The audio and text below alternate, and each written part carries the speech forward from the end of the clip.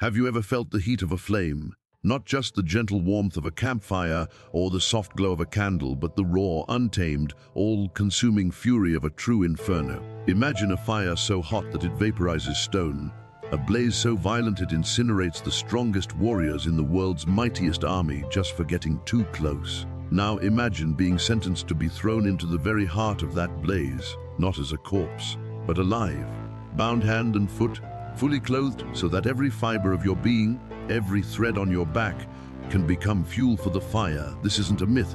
It isn't a legend spun from fantasy. This is the recorded, historical account of three men who were handed that exact sentence. Three men who stared into the roaring mouth of hell on earth and did not flinch. Their crime: they refused to bow. Their punishment: to be erased from existence by fire. But what if I told you the story doesn't end there? What if I told you that they were thrown into that raging furnace and they walked out, not just alive, but completely untouched, without a single hair on their head singed, without the slightest scorch mark on their clothes, without even the smell of smoke on them? How is that possible? What kind of faith gives a man the courage to choose the fire over compromise? And what kind of God walks into the flames with his people? Get ready, because you are about to journey back in time to the heart of the most powerful empire the world had ever known. You are about to witness a test of faith so extreme, a display of power so divine, that it brought a pagan king to his knees and changed the course of history. This is the story of Shadrach, Meshach, and Abednego. A story of fire, faith, and the fourth man in the furnace. And trust me when I tell you, you are not prepared for what you are about to witness. Settle in, turn off all distractions, because this journey will challenge everything you thought you knew about courage, conviction, and the God who holds the universe in his hands. If you are ready to have your faith set on fire in the best possible way, do me a favor and hit that like button right now. It tells YouTube that stories like this matter, and it helps us reach souls around the world. Let's begin. Our story begins not in the shadow of the furnace, but in the blinding light of splendor in a city that was the jewel of the ancient world, Babylon. Close your eyes for a moment and picture it. This is not just a city, it is a monument to human ambition, a testament to what man can build when he believes himself to be a god. The year is roughly 600 BC, and Babylon, under the rule of the formidable King Nebuchadnezzar II, is the undisputed center of the universe. The very air here hums with power and opulence. Twin walls, so thick that chariots could race atop them, encircle the city like a great stone serpent protecting its treasures. As you pass through the Ishtar Gate, one of 8 monumental entrances, you are blinded by the brilliance of its glazed blue bricks. Roaring lions, majestic dragons, and powerful bulls rendered in vibrant color seem to leap from the walls, symbols of the gods and goddesses who supposedly watch over this domain, and silent warnings to any who would dare challenge the king's authority. Inside, the city is a labyrinth of life and energy. The Euphrates River, the lifeblood of the empire, flows directly through its heart, its waters diverted into a complex network of canals that feed the city and irrigate the plains beyond. Merchant ships from distant lands dock at its shores, unloading silks from the east, precious metals from the north, and exotic spices you can smell on the breeze. The streets are a kaleidoscope of humanity: Babylonian priests in their intricate robes, fierce-looking soldiers in their bronze helmets, merchants haggling in a dozen different languages, and slaves from conquered nations, their eyes downcast, a constant, living reminder of Babylon's military might. Towering above it all is the great ziggurat of Itemenanki, the temple of the foundation of heaven and earth. This colossal stepped pyramid, dedicated to the chief god Marduk, pierces the sky, its peak often wreathed in clouds. To the Babylonians, it is a literal stairway to the heavens, a place where the divine touches the mortal. It is the spiritual heart of the empire, a place of elaborate rituals, celestial observations, and whispered prophecies. And then there are the gardens. The legendary Hanging Gardens of Babylon, one of the 7 wonders of the ancient world, a man-made mountain of lush greenery built by Nebuchadnezzar for his homesick wife.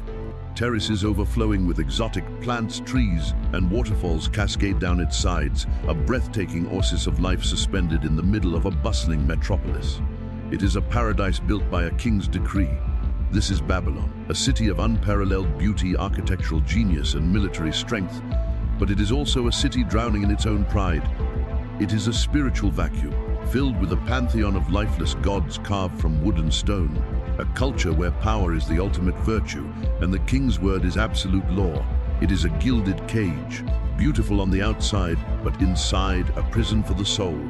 And it is into this gilded cage that 4 young men were thrust, years before our story truly begins.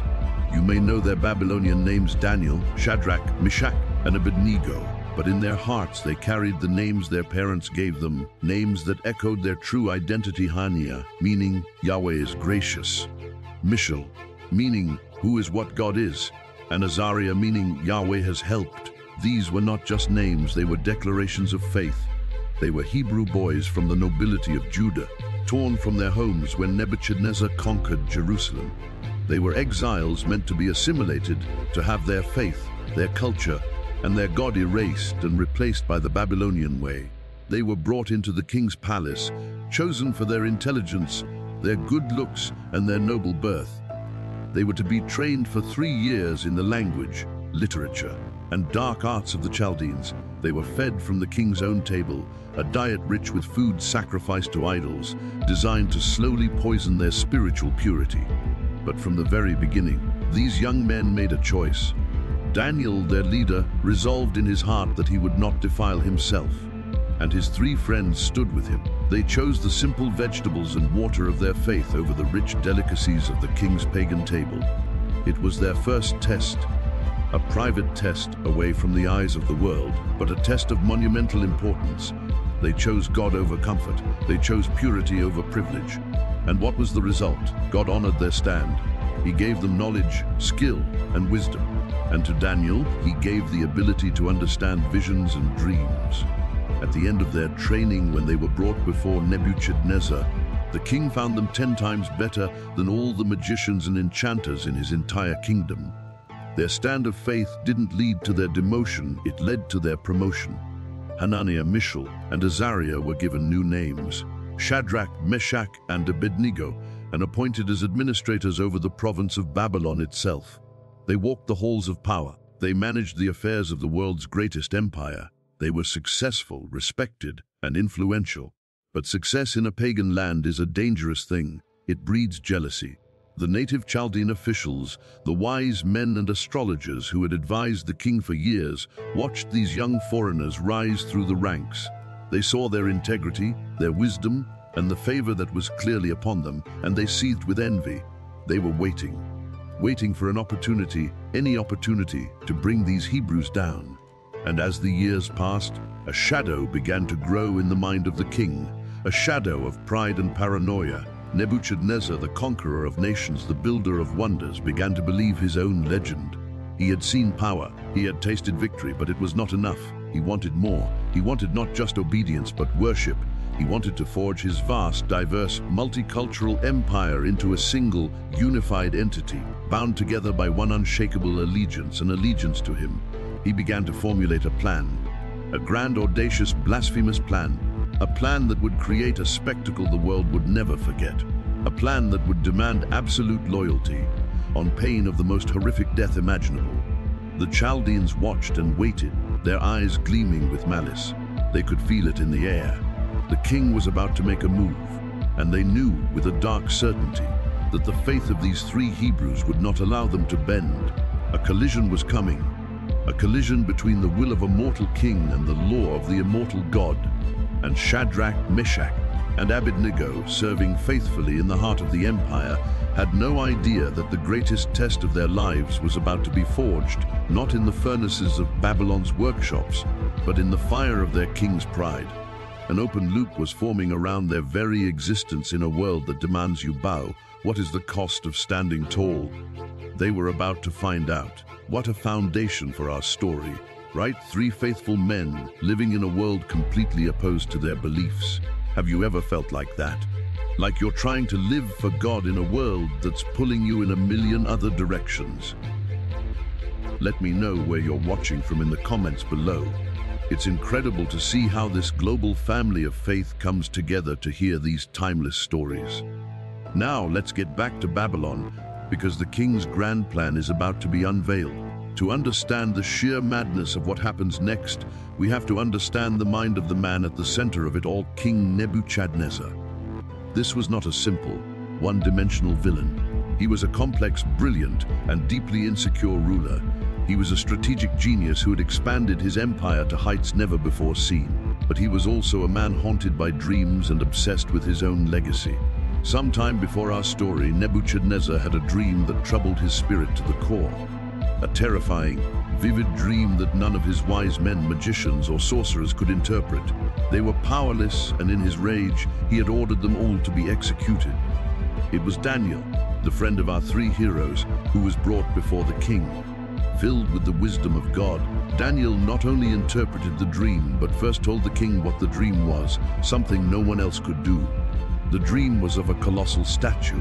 Its head was made of fine gold, its chest and arms of silver, its belly and thighs of bronze, its legs of iron, and its feet a mixture of iron and clay. Then a stone, not cut by human hands, struck the statue on its fragile feet and smashed it to pieces, grinding it to dust that the wind blew away. And that stone became a great mountain that filled the whole earth. Daniel's interpretation was a stunning prophecy of future world empires. "You, O king," Daniel had said, pointing directly at the most powerful man on earth, at the head of gold. Babylon was the glorious golden kingdom, but after it would come other, inferior kingdoms, silver, bronze, and iron, and eventually God himself would set up a kingdom that would never be destroyed, the stone cut without hands, which would crush all the others. Now, think about the psychological impact of this on a man like Nebuchadnezzar. On one hand, he was so overwhelmed by this divine revelation that he fell on his face and worshipped Daniel, declaring, "Surely your God is the God of gods and the Lord of kings." He acknowledged the truth in that moment. But truth can be a difficult guest for a prideful heart to entertain for long. The seed of Daniel's words, "You are the head of gold," began to grow in the soil of Nebuchadnezzar's ego, but he conveniently forgot the rest of the prophecy, the part about his kingdom ending. He fixated on the gold, the glory, the power. His pride began to whisper a lie into his ear. Why just the head? Why not the whole thing? Why should my kingdom ever end? I will build a legacy that stands forever. I will create a symbol of my eternal, undivided power. And so the decree went out. On the flat, sun-baked plains of Dura, a vast expanse just outside the city of Babylon, a monument was to be erected. But this was to be no ordinary statue. The king's architects and engineers were given staggering specifications. It was to be 90 feet high and 9 feet wide. To put that in perspective, that's as tall as a modern 9-story building. It was to be overlaid entirely with gold, a shimmering, blazing beacon of the king's authority, visible for miles around. Imagine the monumental effort this required. The sheer amount of gold would have been astronomical, likely plundered from the treasuries of conquered nations, including the temple in Jerusalem. Thousands of laborers would have toiled under the merciless Babylonian sun, constructing the core, while master artisans painstakingly hammered and fitted the golden plates. It was a project born of pure, unadulterated ego. Nebuchadnezzar was, in essence, recreating the statue from his dream. But with one defiant alteration, it was all gold, from head to toe. It was his silent, arrogant reply to God's prophecy. It was him saying, "My kingdom will not end. It is all gold. It is eternal." When the colossal idol was finally complete, it must have been a terrifying and awe-inspiring sight. Standing alone on the vast plain, it would have caught the sun's rays and thrown them back with a blinding intensity, a golden finger pointing arrogantly at the heavens. Then came the second decree, a summons sent to every corner of the sprawling empire. Every high-ranking official was to attend the statue's dedication. The satraps, the prefects, the governors, the advisors, the treasurers, the judges, the magistrates, and all the provincial officials. It was a mandatory gathering of the entire leadership structure of Babylon. Failure to attend was not an option. They came in droves, a river of humanity flowing towards the plain of Dura. Imagine the procession, long caravans of camels and horses, chariots rattling across the dusty plains, officials dressed in the finest linens and silks of their respective cultures. They represented dozens of different peoples, different languages, and different religions, all now subject to one man's will. As they assembled before the golden behemoth, a royal herald stepped forward, his voice amplified to reach the vast crowd. He read the king's edict, and it was here that the true, sinister purpose of the statue was revealed. To you it is commanded, O peoples, nations, and languages, that when you hear the sound of the horn, pipe, lyre, trigon, harp, bagpipe, and every kind of music, you are to fall down and worship the golden image that King Nebuchadnezzar has set up. This was no mere dedication ceremony. This was a state-mandated act of worship.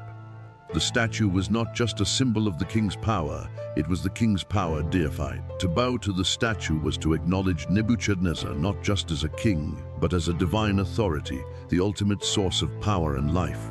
It was a brilliant and diabolical political strategy to unify his fractured empire under a single, state-sponsored religion with himself at its center. But the herald wasn't finished. Every decree needs an enforcement mechanism, and Nebuchadnezzar's was designed to inspire absolute terror. And whoever does not fall down and worship, the herald's voice boomed across the silent plain, shall immediately be cast into a burning, fiery furnace. Let those words sink in. This wasn't a fine, it wasn't imprisonment or exile. The punishment for disobedience was one of the most agonizing, terrifying deaths the human mind can conceive. To be burned alive. The message was brutally clear: your allegiance belongs to me, or you will be violently and publicly erased. There is no middle ground, no conscientious objection. You either bow or you burn. Somewhere in that vast sea of officials stood three men, Shadrach, Meshach, and Abednego. They heard the decree. They saw the golden monstrosity glittering before them. They felt the expectant hush of the crowd. They knew the history of their people. They knew the first and second commandments given to Moses on Mount Sinai. You shall have no other gods before me. You shall not make for yourself a carved image. You shall not bow down to them or serve them. Their entire lives, their entire faith, their very identity was built on the foundation that worship belongs to God and God alone. And now, the most powerful man on earth had drawn a line in the sand.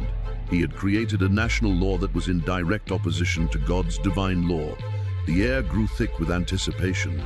The royal orchestra, a grand ensemble of musicians from across the empire, stood ready. The horns were polished, the lyres were tuned. All it would take was a single nod from the king. What would you have done in that moment? Every instinct for survival, every rational thought would be screaming at you to just bow. It's just for a moment. God will understand. It's better to live and serve God tomorrow than to die for a symbolic gesture today. Everyone else is doing it. The pressure must have been immense, suffocating. Before we see what happens next, pause for a second and really consider that question. What would you do? Your career, your reputation, your very life is on the line. Be honest with yourself. Let me know your thoughts in the comments. This is a moment that calls for deep reflection, because the decision these three men are about to make will echo for eternity. The music is about to play, the moment has arrived. The plain of Dura is a canvas of shimmering heat and tense silence. Thousands of officials, the entire administrative might of the Babylonian Empire, stand assembled, their faces a mixture of anticipation, fear, and practiced obedience. Their eyes are fixed on 2 points: the colossal golden statue that dominates the horizon, and the elevated platform where King Nebuchadnezzar sits, draped in royal purple, a living embodiment of absolute power. Beside him, the royal conductor raises his baton. The air is so still you could hear a pin drop.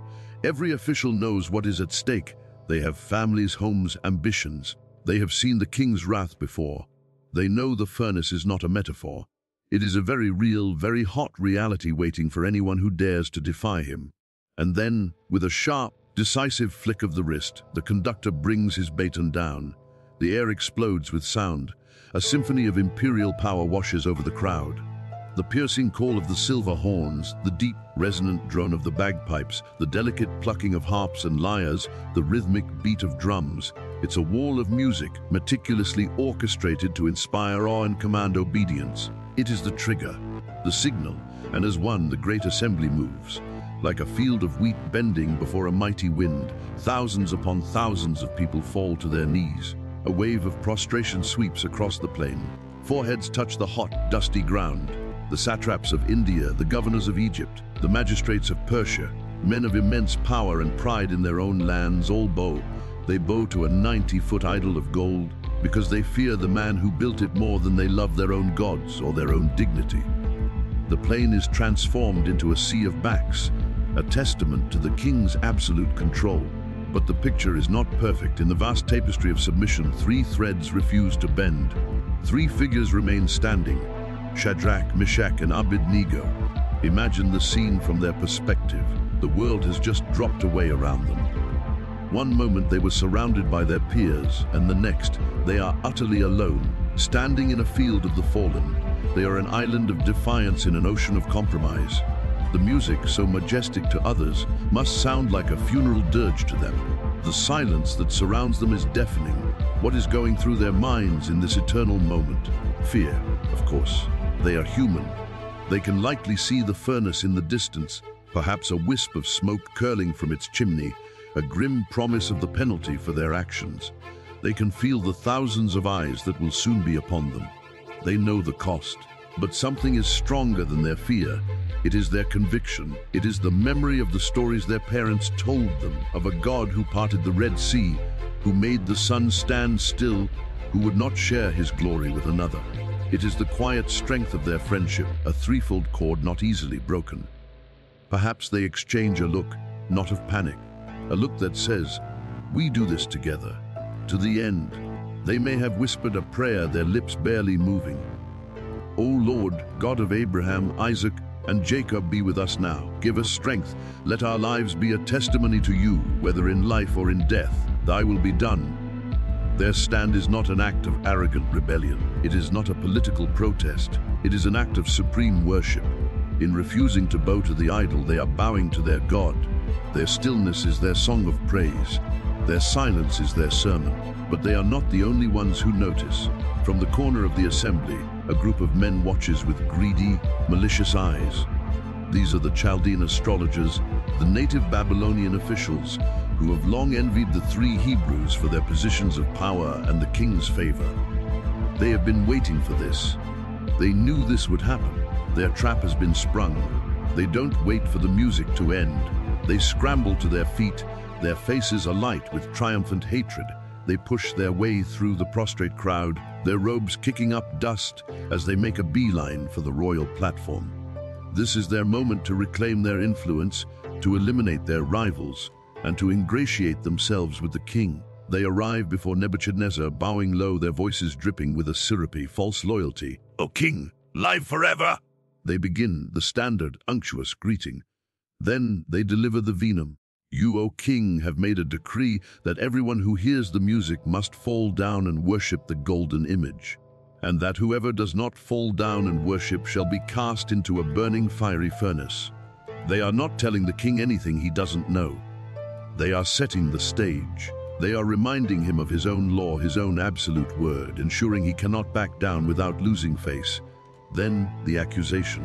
"There are certain Jews whom you have appointed over the affairs of the province of Babylon, Shadrach, Meshach, and Abednego." They use their Babylonian names, but they make sure to emphasize their foreignness, their otherness, certain Jews. "These men, O king, pay no attention to you." What a lie. These men had served the king faithfully, with integrity and excellence for years. But in the court of envy, truth is the first casualty. They neither serve your gods nor worship the golden image that you have set up. The words hang in the air. The trap is now complete. The accusation has been made publicly. The king's honor is now on the line. He cannot ignore this. To do so would be to admit that his authority is not, in fact, absolute. Nebuchadnezzar's gaze, which had been sweeping with satisfaction over the bowing multitudes, now darkens, his brow furrows. A vein begins to throb in his temple. He slowly turns his head, his eyes scanning the crowd until they find them. 3 lonely figures standing tall and unbowed, a silent rebuke to his power, an intolerable act of defiance. The music fades, leaving an eerie silence broken only by the whispers of the crowd as they begin to rise, their eyes following the king's furious gaze. Everyone on the plain of Dura now sees them, the 3 Jews, the rebels. The king's face, moments before flush with pride, is now contorted into a mask of pure, unadulterated rage. He doesn't know it yet, but in this moment, he has ceased to be the judge. He and his entire pantheon of false gods are the ones now on trial, and he is about to come face to face with a kind of courage and a kind of power that his throne, his army, and his entire empire cannot comprehend. The fire has been prepared for the Hebrews, but it is the king's own soul that is about to be put to the test. What a powerful tension-filled scene. The courage it took to stand when an entire nation bowed.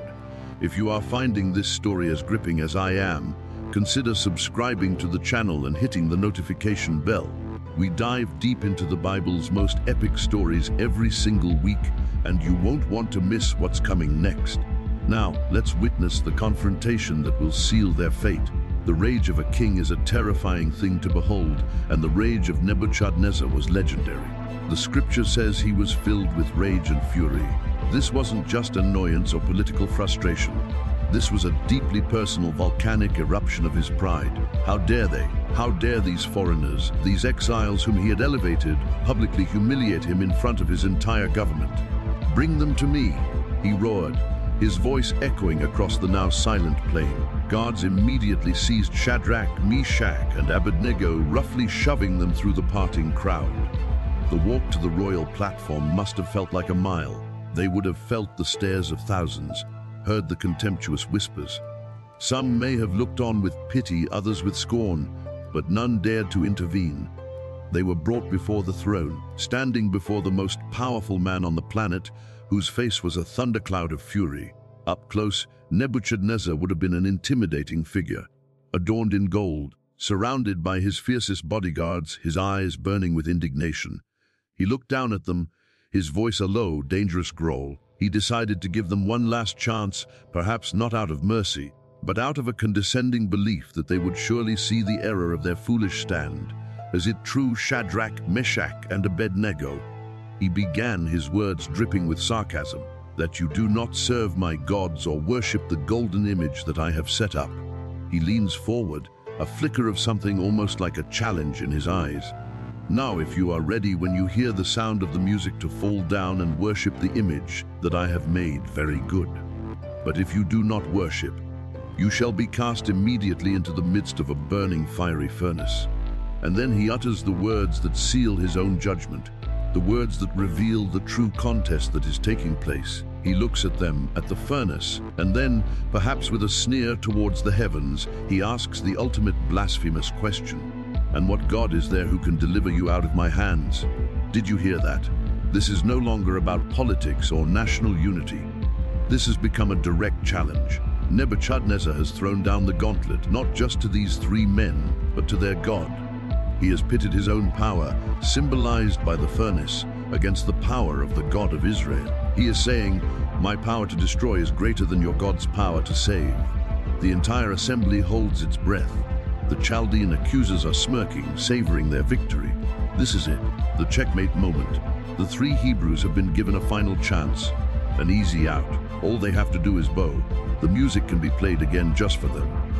Their defiance can be forgotten, dismissed as a misunderstanding. All they have to do is compromise, just a little, just this once. But Shadrach, Meshach, and Abednego do not look at the furnace. They do not look at the crowd.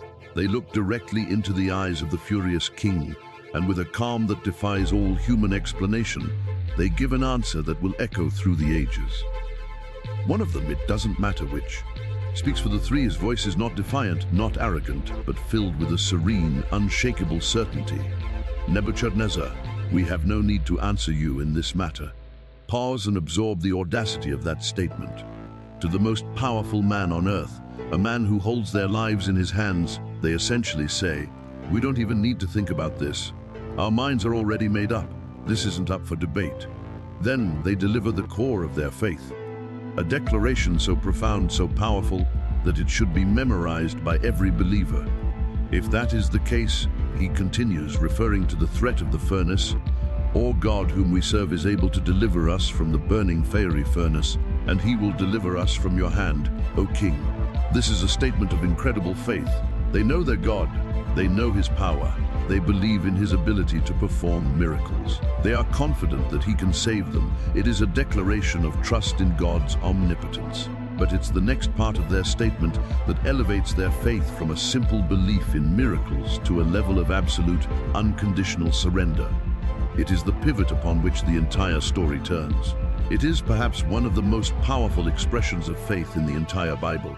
But if not, Let it be known to you, O king, that we will not serve your gods, nor will we worship the golden image which you have set up. Let that phrase, but if not, sink into your soul. What are they saying? They are saying our obedience to God is not contingent on his deliverance of us.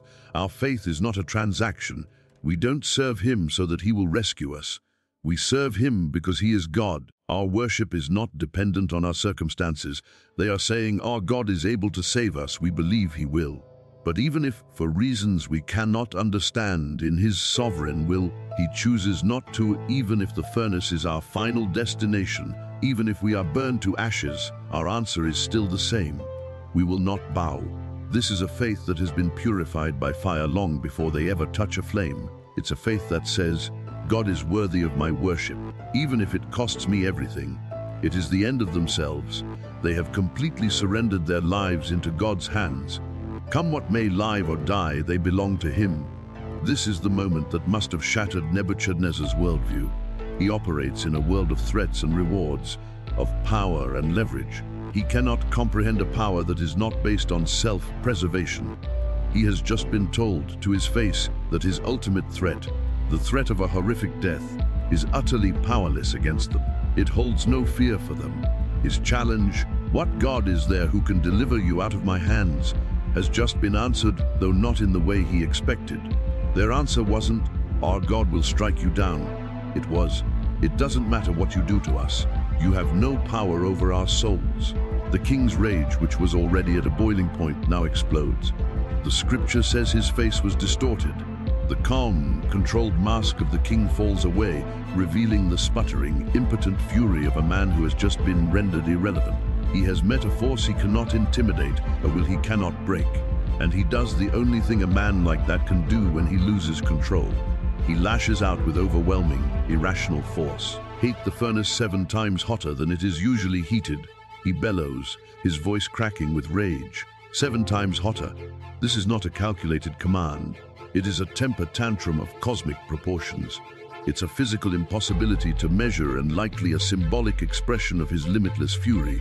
He doesn't just want them dead, he wants them obliterated. He wants to erase any trace that they ever existed. He wants to prove that his fire is stronger than their faith. He turns to the strongest men in his army. Bind Shadrach, Meshach, and Abednego and cast them into the burning fiery furnace. The order has been given. The sentence has been passed. There is no appeal, no hope of reprieve. Their calm, unwavering faith has been met with the full, unrestrained fury of the most powerful empire on earth. This moment right here, this is the essence of true faith. Are you inspired by their unbelievable courage? If you are, just drop an emoji in the comments.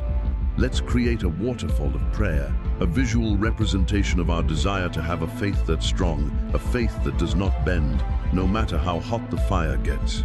The king's command echoes across the plain.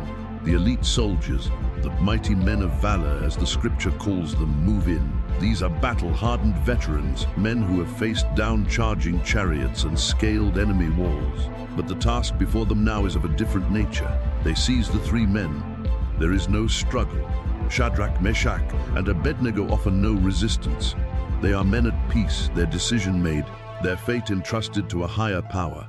The soldiers bind them tightly with ropes, their hands and feet cinched together, rendering them completely helpless. And here, the Bible records a small but incredibly significant detail. They were bound in their coats, their trousers, their turbans, and their other garments. They were thrown in fully dressed in their official Babylonian attire. Why is this important? On a practical level, it shows the haste and fury of the king's command. There was no time to strip them down. But on a spiritual level, it is a crucial piece of evidence for the miracle that is about to unfold. God is setting the stage to prove not just his power over life and death, but his power over the very laws of nature. The soldiers, straining under the weight of the 3 bound men, begin the long, final walk towards the furnace. Now we need to understand what this furnace was. This was not a small baker's oven. Based on archaeological findings in the region, this was likely a massive, beehive-shaped kiln used for firing bricks or smelting metals. It would have had an opening at the top where fuel and materials were loaded, and an opening at the bottom, a mouth-like arch, from which finished products could be removed. It was a colossal instrument of industrial power, repurposed now as an instrument of execution, and it has been heated to an unimaginable temperature, 7 times hotter. The stone structure itself would be glowing cherry red. The air for hundreds of feet around would be shimmering with heat, making it difficult to breathe. The sound would be a constant hungry roar, the sound of a beast waiting to be fed. Imagine that walk, the soldiers grim-faced and sweating, half dragging their prisoners. The crowd, a silent, horrified mass parting before them, and the 3 condemned men, bound and helpless, taking their final steps on earth. What were they thinking? Perhaps they were reciting the psalms of their youth. The Lord is my light and my salvation. Whom shall I fear? The Lord is the stronghold of my life. Of whom shall I be afraid? Or maybe, yea, though I walk through the valley of the shadow of death, I will fear no evil, for you are with me. They are approaching the top of the furnace, the opening from which they will be cast in. The heat becomes an oppressive physical blow. It is a solid wall of heat that pushes against you, that sears your lungs with every breath. The mighty men of Valor, the strongest soldiers in the army, heave their prisoners towards the edge. They are at the very precipice of the inferno. And in that moment, the unrestrained fury of the furnace, stoked by the king's own rage, reaches out. Before they can even cast the 3 Hebrews in, the flames lash out from the opening. The sheer radiant heat is so intense, so violent, that it strikes the elite soldiers dead on the spot. The king's strongest men, consumed by the fire they were meant to use as a weapon, they are the first victims of Nebuchadnezzar's rage. The king's command was so urgent, and the fire so hot, that it killed the very men carrying out his orders. There is a profound and terrifying irony here. The instruments of the king's wrath are destroyed by it, while the intended victims have not yet been touched. It is a stunning, instantaneous demonstration of who is truly in control. And then it happens. Shadrach, Meshach, and Abednego, their executioners now dead beside them, fall. They tumble over the edge, bound and helpless, into the heart of the blazing, fiery furnace. For a brief moment, their figures are silhouetted against the roaring, white-hot flames, and then they are gone, swallowed by the inferno. A collective gasp ripples through the crowd. This is it, the end. A gruesome, horrifying public execution. Their defiance has been answered with annihilation. The Chaldean accusers are no doubt smiling, their rivals finally and permanently removed. The king, watching from his platform, must feel a grim, terrible satisfaction. He has proven his point. His power is absolute. No one will ever dare to defy him again. His fire has had the final word. The story should end here. By every law of physics, by every measure of human experience, it is over. 3 men have been thrown into a fire hot enough to kill soldiers from a distance. Their bodies would be vaporized in seconds. There is nothing left to see but the roaring flames. Or is there? What the king was about to witness would not just challenge his authority, it would shatter his entire understanding of reality. He thought he was looking into a furnace of death, but he was actually looking into a theater of divine glory. Don't you dare go anywhere, because the greatest miracle of the Old Testament is about to unfold. And if you're finding value in this deep dive, help us out by hitting that likey button. It truly makes a difference. Let's get back to the furnace. King Nebuchadnezzar remains on his platform, his eyes fixed on the furnace. He is the victor. He is watching the evidence of his power, the execution of his sentence. He expects to see nothing but the churning, shapeless fury of the fire. But he keeps watching. Perhaps some morbid curiosity compels him. Perhaps he wants to be absolutely certain that the rebels have been utterly consumed. He squints, his eyes trying to pierce the shimmering haze of heat and the blinding glare of the flames.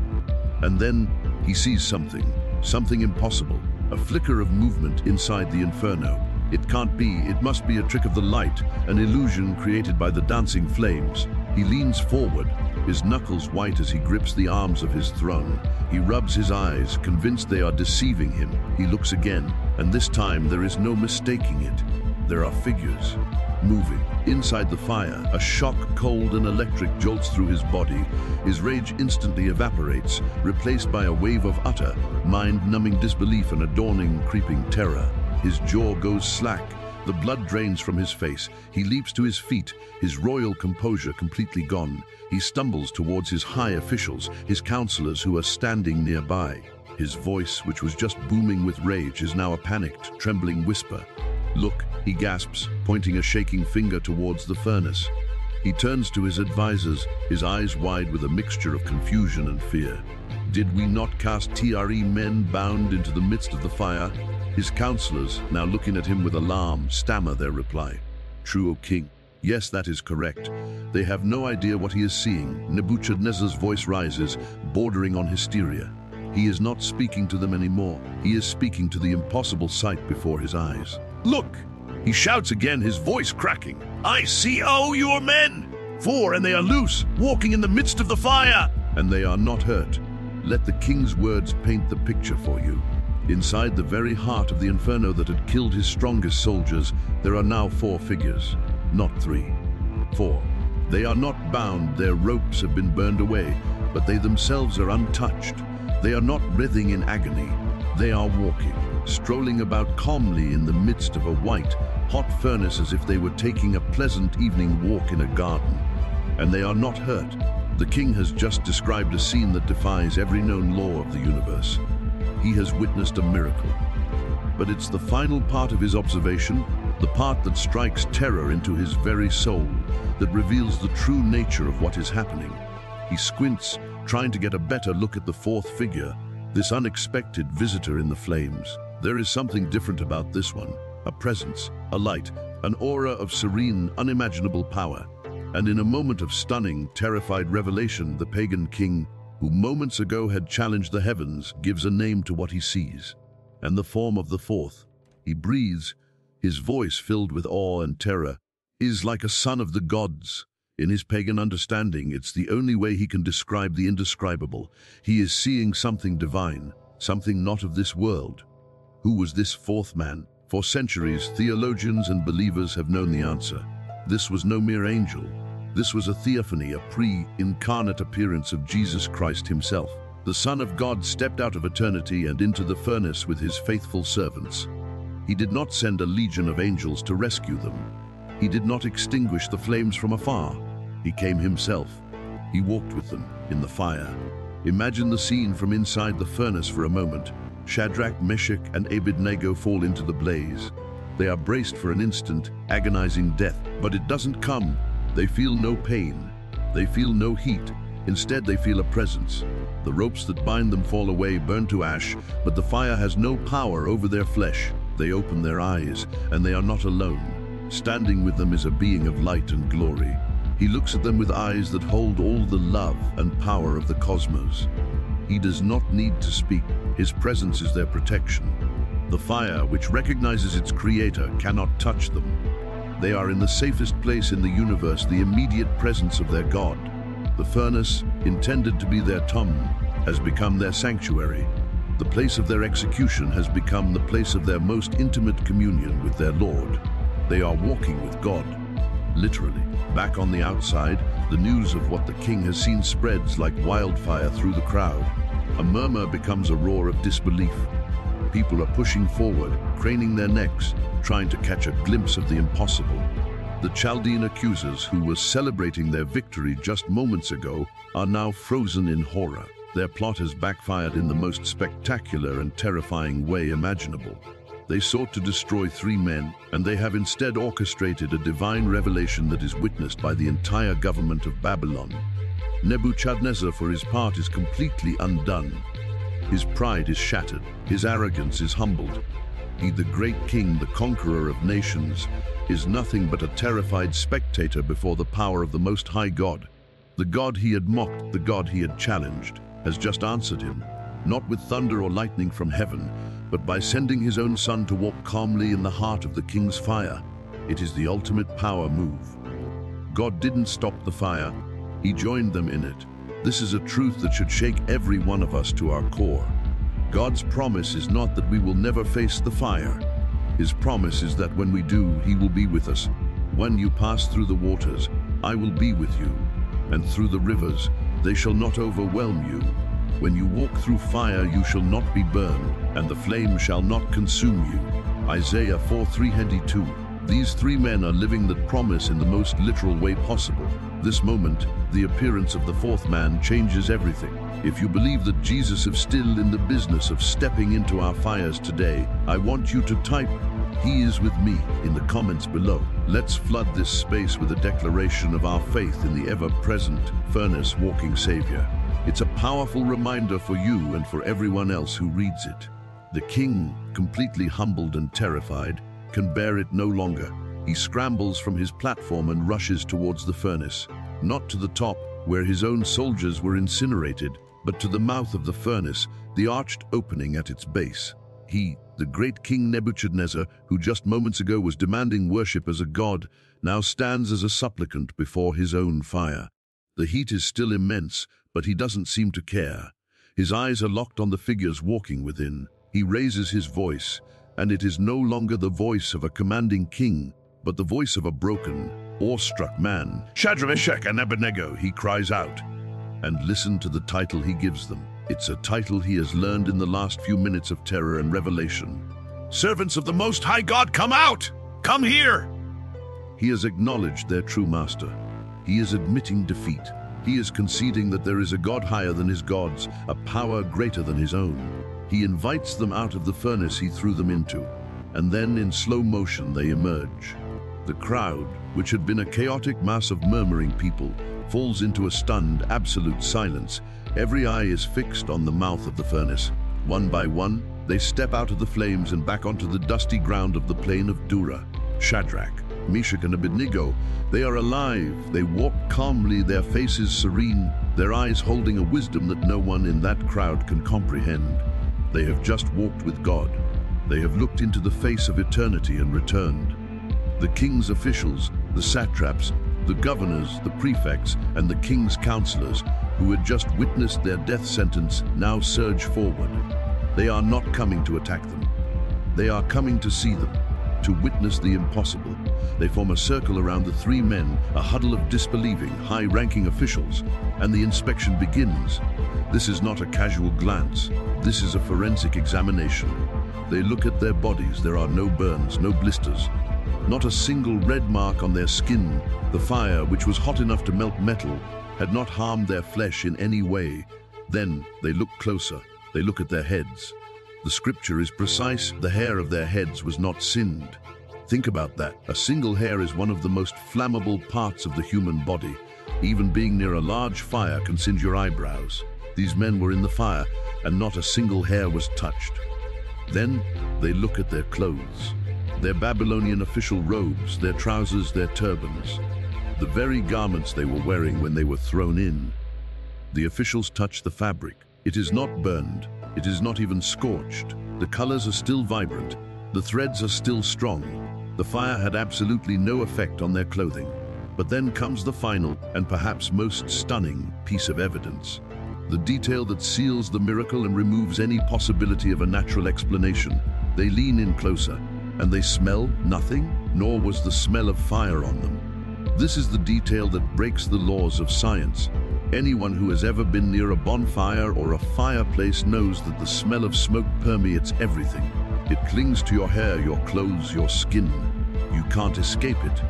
These men were immersed in a raging inferno, and they came out without even the faintest scent of smoke. This is the signature of God. The miracle was not just that they survived. The miracle was that the fire had no power over them whatsoever. It was as if they existed in a different dimension, a protective bubble of grace where the natural laws of combustion were suspended. God didn't just save their lives, He erased every trace of their trial. He brought them through so completely that you couldn't even tell they had been in the fire. What a powerful message for us today. Sometimes we go through fiery trials in our lives, sickness, financial hardship, betrayal, grief, and we pray for God to just get us through it, to let us survive. But this story shows that God's deliverance can be so much more complete than that. He can bring you through the fire not just alive, but without the smell of smoke on you. He can heal you so completely that the scars of the past no longer define you. He can restore you so fully that your testimony is not about how badly you were burned, but about the God who walked with you in the flames and brought you out untouched. The assembly of Babylonian officials is utterly speechless. They are touching the clothes, looking at the hair. shaking their heads in stunned silence. They are the witnesses. The entire government of the empire has just seen an undeniable, public, and scientifically impossible miracle. There is no other explanation. The God of the Hebrews is real, and his power is absolute. This is the moment of vindication. The three men say nothing. They don't have to. Their presence is the most powerful sermon that has ever been preached on that plain. Their survival is the ultimate proof. And as they stand there, surrounded by the stunned leaders of Babylon, all eyes turn to the king. What will he do now? How will he respond to this undeniable, world-shattering display of divine power? The man who built the idol is about to give his verdict. I hope this part of the story just fills you with hope. The God we serve is a God of total victory. If this has encouraged you, let someone else know by sharing this video with them. You never know who needs to hear that God can bring them through their fire without the smell of smoke. Now, let's hear the king's final decree. But the music shifts again, becoming a powerful, majestic, and reverent anthem. The sense of victory and awe is palpable. Chapter 80, The King Bows. King Nebuchadnezzar has witnessed the impossible. He has seen his strongest soldiers consumed and his condemned prisoners walk out of the furnace unharmed, accompanied by a divine being. His entire worldview has been upended. His pride has been pulverized. His challenge to God has been answered in the most spectacular fashion. He stands before the assembly, before his entire government, and before the three men who he had just tried to murder. And he does the only thing a man can do when confronted with the undeniable power of the living God. He speaks, and his words are not a reluctant concession. They are a powerful, explosive declaration of praise. Blessed be the God of Shadrach, Meshach, and Abednego! He proclaims, his voice ringing with a newfound conviction. This is the same man who just hours ago was demanding that everyone worship his golden idol. Now he is blessing the God of the Hebrews. He continues, explaining to everyone what he has witnessed and what he now understands. He has sent his angel and delivered his servants who trusted in him. He acknowledges the fourth man. He understands that this was a divine intervention, and he identifies the key to their deliverance. They trusted in him. The king himself recognizes that their faith was the catalyst for the miracle. Then he goes on, speaking of the three men with a newfound respect, even admiration. They have frustrated the king's word and yielded their bodies, that they might not serve nor worship any god except their own God. He publicly admits that they defied his command and that their defiance was righteous. He honors their willingness to die rather than compromise their faith. He is essentially giving a public sermon explaining the testimony of these three men to his entire empire. And then, having praised their God and honored their faith, he does what kings do. He makes a new decree. And this decree is as extreme in its protection of God as his previous decree was in its promotion of the idol. Therefore I make a decree: any people, nation, or language which speaks anything amiss against the God of Shadrach, Meshach, and Abednego shall be cut in pieces, and their houses shall be made an ash heap. This is a stunning reversal. The state religion of idol worship has just been unofficially demolished, and a new law has been put in its place, a law protecting the name of the God of Israel. The punishment for blaspheming the true God is now as severe as the punishment was for not bowing to the false one. And he gives the reason for this new law, a reason that has been proven before his very eyes, a reason that serves as the ultimate conclusion to his arrogant challenge. Because there is no other God who can deliver like this.